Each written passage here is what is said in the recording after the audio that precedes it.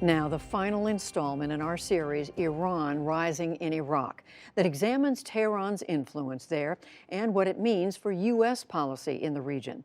Washington is worried about that sway and presence in Iraq and is taking measures to counter it, raising U.S.-Iran tensions. But tonight we look at an extraordinary moment when the U.S. and Iran made common cause to fight a common enemy, and why many say that is unlikely to happen again. In partnership with the Pulitzer Center on Crisis Reporting, here again is special correspondent Reza Sayah. October 2016, a coalition of military forces in Iraq launched an offensive to take back the city of Mosul from ISIS. And fighting on the same side were the United States and the Islamic Republic of Iran. Iraqi Army General Qais al-Hamdawi says it was a superbly coordinated mission. It was the perfect example of bravery and cooperation among everybody: the PMF, tanks, Army, Air Force, the American Air Force, Special Ops, and even citizens took part. This battle should be a lesson for all the armies in the world. The mission was called We Are Coming. Among the forces helping the Iraqi army, 500 American troops on the ground and U.S. fighter jets providing air support. And 16,000 fighters from the Popular Mobilization Forces, PMF for short, a volunteer Iraqi militia largely armed and funded by Iran and advised by Iran's Revolutionary Guard. For the next several months, the Iranian-backed militia helped overpower ISIS on the ground in towns and villages surrounding Mosul. Once ISIS was encircled and trapped, in came Iraqi forces, backed by U.S. artillery units and air power to finish the extremist group.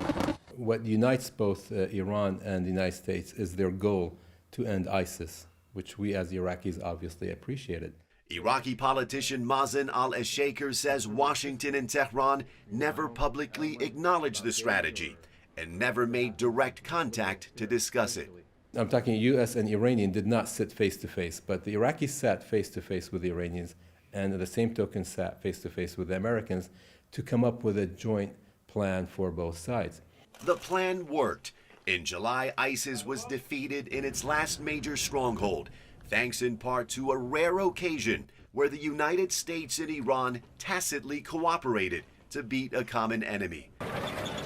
But Iraqi officials say don't expect U.S.-Iran cooperation again in Iraq anytime soon. We're free to dream what we want, but it will not happen. Under President Barack Obama, the U.S. policy with Iran was cautious engagement on some issues. With the election of President Donald Trump, the policy immediately changed to confrontation, escalating the nearly 4-decade-long Cold War between the countries. In October, President Donald Trump repeated accusations that Iran sponsors terrorism in the region and slapped sanctions against Iran's Revolutionary Guard. The Iranian dictatorship's aggression continues to this day. The regime remains the world's leading state sponsor of terrorism.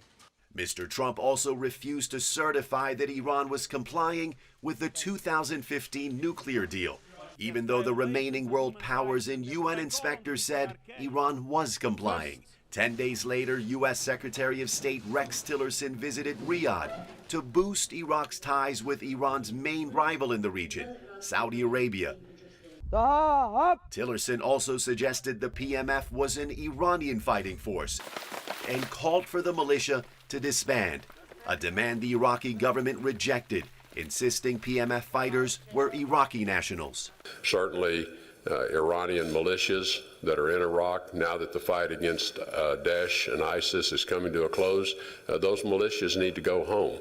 And last week, CIA Director Mike Pompeo revealed that he had sent a letter to Qasem Soleimani, a senior commander in Iran's Revolutionary Guard, warning Iran over its behavior in Iraq. He refused to open the letter. Didn't break my heart, to be honest with you.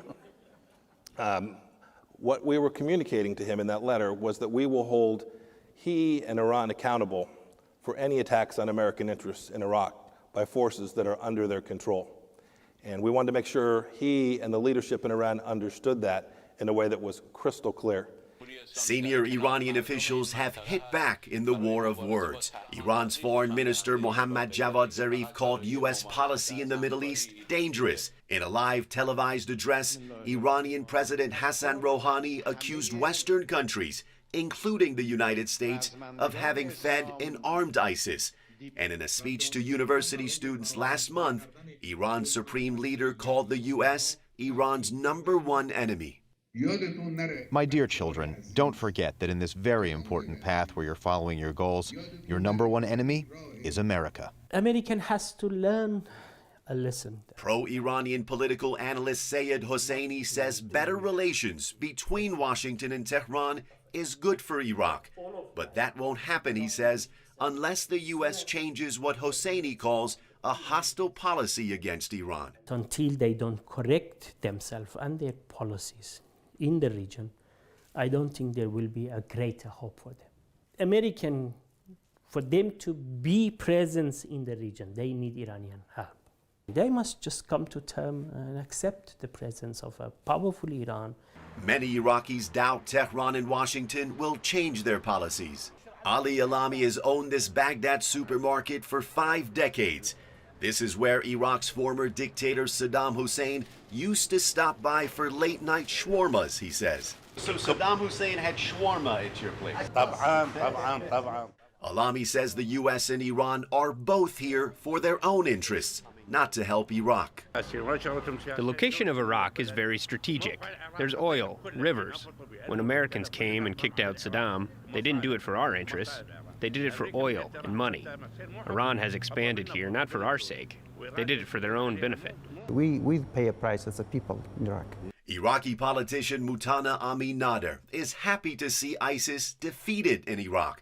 But what he fears now is a dangerous proxy war between Iran and the U.S. Conflict between Iran and America make our people as victim. We give a very, very expensive price. It's time to say enough for bleeding in Iraq and destroyed in Iraq. They should support us, but also keep away from us. With so much at stake here for the U.S. and Iran, keeping away from Iraq seems unlikely. How the two adversaries manage that high-stakes competition while they're here may go a long way in shaping the future of Iraq. For the PBS NewsHour, I'm Reza Sayah in Baghdad.